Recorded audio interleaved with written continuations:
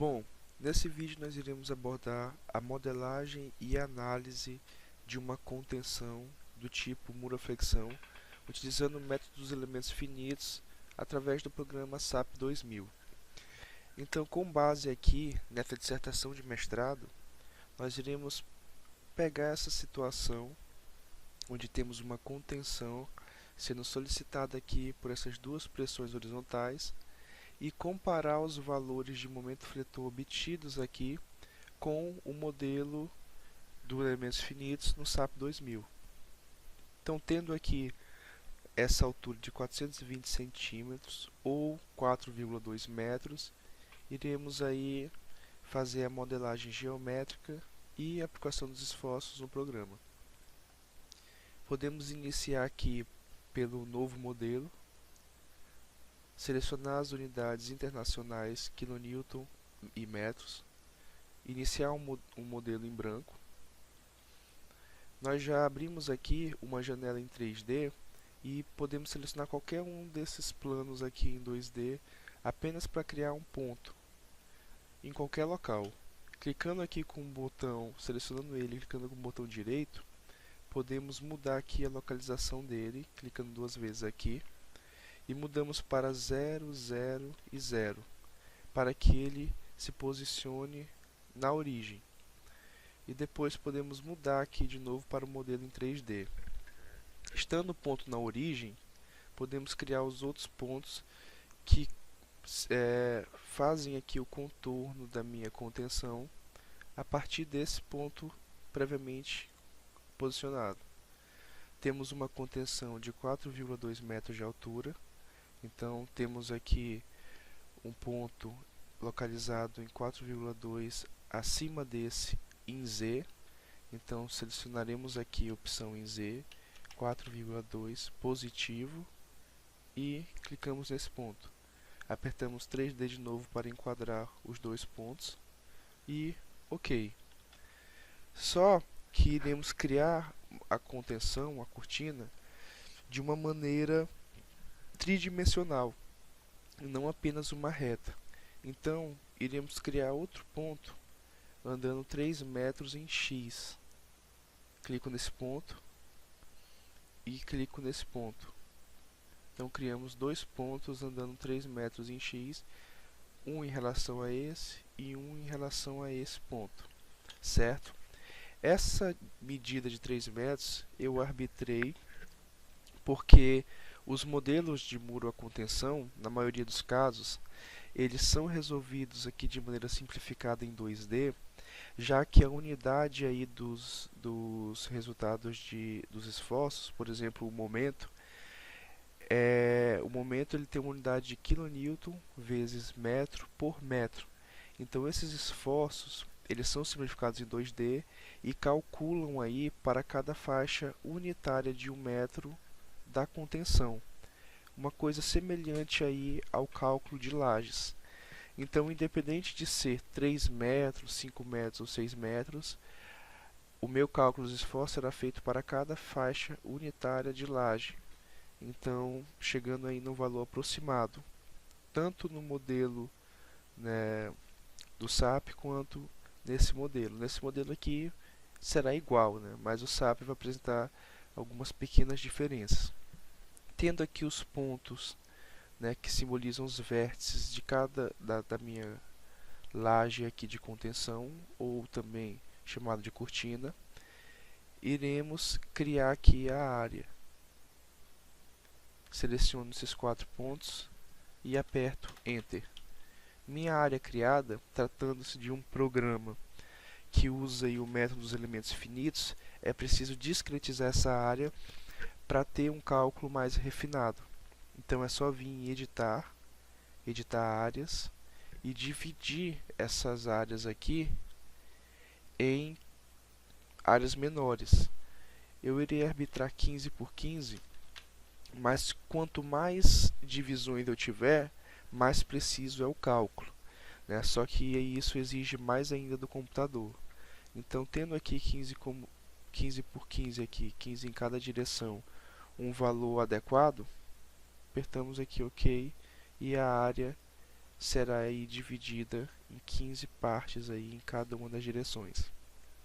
Feito isso, iremos selecionar aqui o eixo XZ para que o elemento fique aqui plano e seja mais simples selecionar aqui todos esses pontos inferiores.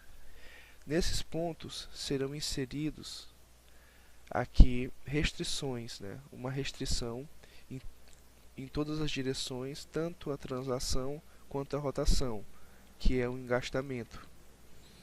Esse engastamento é a representação da fundação, né? Então, o muro, a flexão, simplesmente é uma laje que está apoiada aí, né, engastada na sua fundação. Feito o modelo aqui geométrico, nós iremos voltar para o 3D e aplicar aqui uma espessura nesses elementos de área. Então iremos atribuir uma seção aqui na área, adicionar uma nova seção, cortina. Esse material iremos deixar aqui que é referente ao concreto e iremos colocar uma espessura de 0.2, que é 20 centímetros, né? E ok. Tendo aqui essa espessura adicionada, a altura adequada, o comprimento linear e os apoios, iremos agora iniciar o processo dos esforços, né? Então iremos adicionar aqui essa função que iremos usar mais para frente, adicionar aqui um empuxo. Agora iremos adicionar os carregamentos que estão atuando aqui sobre essa contenção. Temos a carga constante e a carga linear. Esses dois carregamentos aqui são referentes ao empuxo do solo, já que quando aumenta a profundidade, essa carga vai aumentando devido à maior quantidade de solo sobre o ponto de análise, né, que teremos. E essa carga constante provavelmente é oriunda de algum carregamento acidental aqui ou sobrecarga permanente na superfície do solo, que é uma carga constante aqui, causando essa pressão horizontal. Então nós temos esses dois carregamentos, zeramos aqui essa opção neles para que não seja multiplicado pelo peso específico, né, do material, e apertamos OK. Feito isso, iremos criar aqui uma combinação de carregamento, onde podemos adicionar a carga constante e a carga linear, já que são essas duas que estão sendo consideradas aqui para o cálculo dos momentos fletores. Feito isso, apertamos OK e estão criadas as combinações. Agora, iremos utilizar uma função interessante para descrever esse comportamento aqui de aumento, né, linear aqui dos esforços conforme a profundidade. Isso é feito selecionando todos os pontos e atribuindo aqui essa opção, onde eu tenho uma equação que vai descrever essa variação. Essa equação pode descrever a variação de uma seção, se você quiser fazer uma seção variável, ou de um carregamento. No nosso caso, é um carregamento aí horizontal que tem aí uma variação. Então eu posso atribuir uma variação no eixo X, no eixo Y, no eixo Z, e tenho aqui uma constante D. Então, como a nossa variação é conforme aqui a altura em Z, nós iremos preencher apenas esses dois, né, essas duas opções aqui. O que seria essa constante D?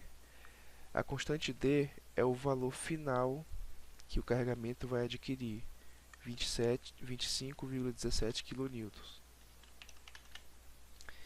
E esse meu valor de C é um valor que, conforme a altura, né, ele irá alterar aqui esse meu valor da minha pressão máxima.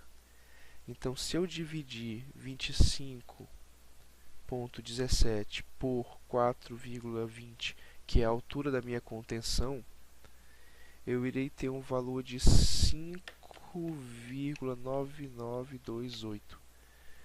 E esse valor é um valor negativo. Haja vista que quando eu tenho aqui o meu valor de 25 na base, e quando eu vou aumentando a minha altura, ela vai multiplicando por esse valor, que irá subtrair desse, a partir dessa parte aqui da equação. Vou selecionar aqui o empuxo, que foi a informação que eu atribuí anteriormente lá, e OK. Aí eu irei ter em cada um desses pontos, né, que limitam aqui cada uma dessas áreas, eu tenho aqui essa variação de esforço aqui, né? Em cada um desses pontos eu tenho essa minha variação. Porém, isso é apenas a variação. Aqui eu posso aplicar uma variação de seção ou carregamento. Então, para isso, eu preciso agora atribuir o carregamento que vai ser aqui determinado por essa variação. Então, irei atribuir carregamentos em área, pressão superficial. Aqui eu irei selecionar a carga linear, né, que é uma carga que tem um aumento aí linear. Escolherei aqui a opção empuxo, que é a opção referente a essa variação que foi criada, e OK. Essas setas aqui amarelas representam a intensidade dessa pressão superficial, que vai diminuindo aqui conforme a altura, que é o que nós esperamos já de acordo com o meu modelo bidimensional. Tendo sido aplicado já essa carga de pressão superficial, agora falta apenas a aplicação da carga constante aqui, com o valor de 1,7 kN por metro quadrado.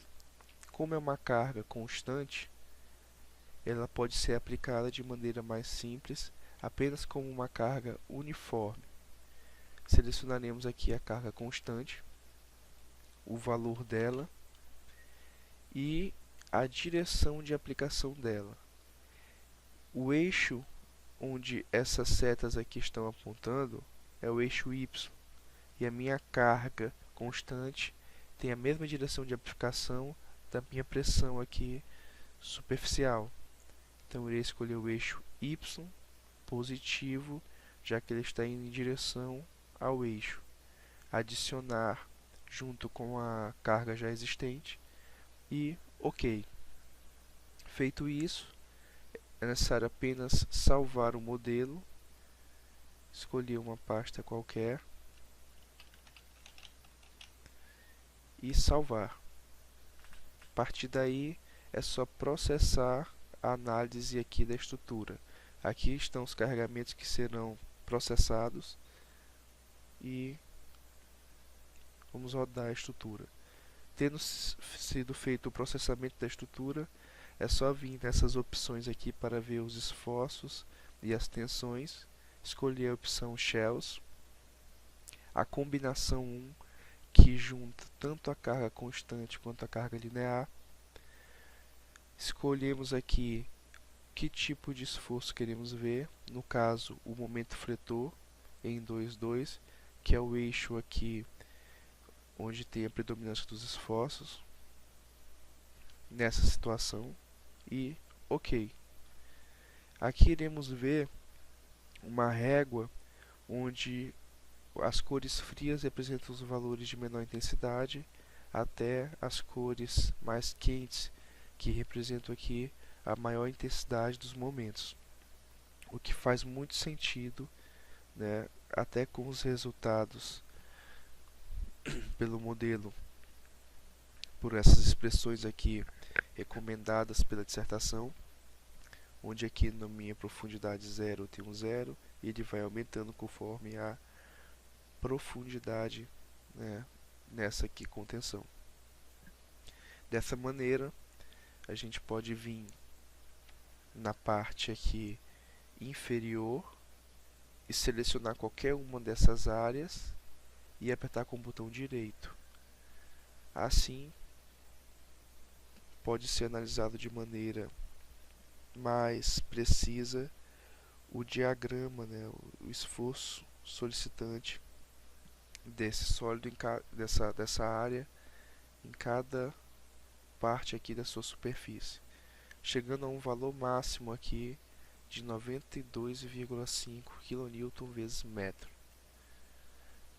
O valor obtido a partir dessas expressões aqui foi de 88,99, aproximadamente 89. Então nós temos aí aproximadamente 3,5 kN vezes metro de diferença, né, dos dois valores. Porém, nas partes aqui mais externas, né, nesse último sólido aqui, quer dizer, nessa última área, eu tenho valores aqui menores ainda, chegando aqui até 84 kN vezes metro. Então isso aqui é o que esse modelo traz de mais preciso, né?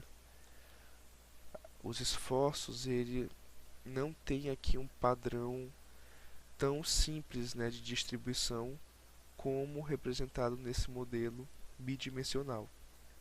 Uma maneira também de deixar o cálculo mais preciso era, no lugar dos engastamentos, eu considerar aqui molas, restringindo aí a minha translação, né, minha movimentação aí em x, y, z e minha rotação. Outra maneira também mais precisa é considerar aqui um sólido representando o solo, com todas as propriedades aqui do solo, como modularidade, para entender aqui o comportamento de fato dessa estrutura sobre o apoio que seria o solo. Então, no caso, eu teria molas, né, que seriam apoios elásticos, obtidos também a partir do solo. Essa opção pode ser atribuída quando eu seleciono um ponto onde eu apliquei a restrição e, em vez da restrição, eu aplicar molas. E aí eu posso colocar aqui os valores em cada uma das direções, representando aqui a minha restrição causada pelo solo. Bom, basicamente é isso. Obrigado pela atenção e espero que tenha, né, garantido alguma contribuição, né, para vocês. Obrigado pela atenção.